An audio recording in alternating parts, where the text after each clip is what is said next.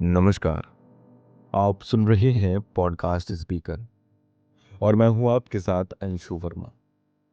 दोस्तों, आज के इस पॉडकास्ट में हम बात कर रहे हैं भारतीय सिनेमा की ट्रेजेडी क्वीन मीना कुमारी की। भारतीय सिनेमा की ट्रेजेडी क्वीन नाम से मशहूर अभिनेत्री मीना कुमारी ऐसी अभिनेत्री थीं जिनके साथ हर कलाकार काम करने को बेताब रहता था। उनकी खूबसूरती ने सभी को अपना कायल बना लिया। वो 3 दशकों तक बॉलीवुड में अपनी अदाओं के जलवे बिखेरती रही। मीना ने ज्यादातर ट्रेजेडी वाली कहानियों पर आधारित फिल्मों में काम किया। फिल्मों की तरह ही उनकी असल जिंदगी भी रही। कमाल की खूबसूरती, अदाओं और बेहतरीन अभिनय से सभी को अपना दीवाना बना चुकी मीना कुमारी की जिंदगी में दर्द आखिरी सांस तक रहा। मीना कुमारी जिंदगी भर अपने अकेलेपन से लड़ती रही और बॉलीवुड में उन्होंने काफी नाम कमाया। उनके सामने ट्रेजेडी किंग दिलीप कुमार तक निस्तब्ध हो जाते थे और अभिनेता राजकुमार तो सेट पर अपने डायलॉग ही भूल जाया करते थे। मीना कुमारी का जन्म 1 अगस्त 1932 को मुंबई में हुआ था।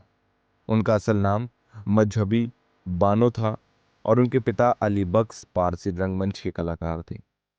वहीं उनकी मां थिएटर की मशहूर अदाकारा और नृत्यांगन थी, जिनका ताल्लुक रविंद्रनाथ टैगोर के परिवार से था। पैदा होते ही अब्बा अली बख्श ने रुपए की तंगी और पहले से ही 2 बेटियों के बोझ से घबराकर इन्हें एक मुस्लिम अनाथ आश्रम में छोड़ दिया था। लेकिन मीना कुमारी की मां के काफी रोने धोने के बाद वे उन्हें वापस ले आए। मीना कुमारी ने अपने अकेलेपन और जज्बातों को कलमबंद किया। उनकी शायरी दिलों को कुरेदने वाली थी। ज्यादातर फिल्मों में दुखांत भूमिकाएं निभाने की वजह से उन्हें बॉलीवुड की ट्रेजेडी क्वीन कहा जाने लगा। उनके जीवन की कड़वाहट और तन्हाइयां उनकी फिल्मों में भी नजर आई। मीना कुमारी को अपने पिता के स्वार्थी स्वभाव के चलते उनसे नफरत थी। मीना कुमारी के साथ काम करने वाले लगभग सभी कलाकार मीना कुमारी की खूबसूरती के कायल थे। लेकिन मीना कुमारी को मशहूर फिल्मकार कमाल अमरोही में अपने प्रति प्यार की भावना नजर आई और पहली बार वो अपनी जिंदगी में किसी निस्वार्थ प्यार को पाकर वो इतनी खुश हुई कि उन्होंने कमाल से ही निकाह कर लिया। यहां भी उन्हें कमाल की दूसरी पत्नी का दर्जा मिला। लेकिन इसके बावजूद कमाल के साथ उन्होंने अपनी जिंदगी के खूबसूरत 10 साल बिताए।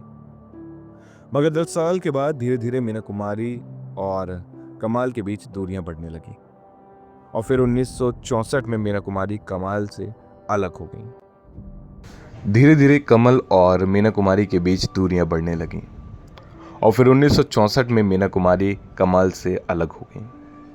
इस अलगाव की वजह अभिनेता धर्मेंद्र थे, जिन्होंने उस समय अपनी फिल्मी करियर शुरुआत की थी। उस समय मीना कुमारी के सितारे बुलंदियों पर थे और उनकी एक के बाद एक फिल्म हिट हो रही थी। मीना कुमारी बॉलीवुड के आसमां का वो सितारा थी जिसे छूने के लिए हर कोई बेताब था।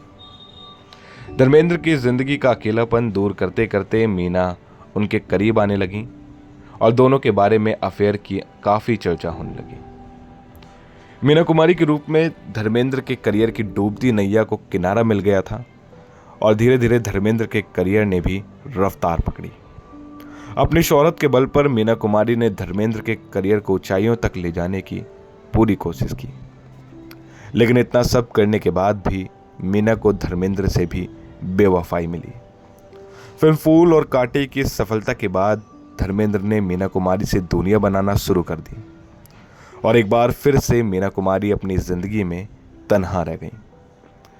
धर्मेंद्र की बेवफाई को मीना झेल न सकी और कहा तो ये भी जाता है कि धर्मेंद्र एक दफा मीना कुमारी को सबके सामने थप्पड़ मार दिया था। बेवफाई में मिले इस थप्पड़ को मीना कभी भूल नहीं पाई और बताया जाता है कि दादा मुनि अशोक कुमार से मीना कुमारी की ऐसी हालत देखी नहीं जाती थी और उन्होंने उनके साथ बहुत सी फिल्मों में काम किया था। जब वो एक दिन मीना के लिए दवाइयां भी लेकर गए, लेकिन उन्होंने दवा लेने से इनकार कर दिया। फिल्म पाकीज़ा के रिलीज होने के 3 हफ्ते बाद मीना कुमारी गंभीर रूप से बीमार हो गई और 28 मार्च 1972 को उन्हें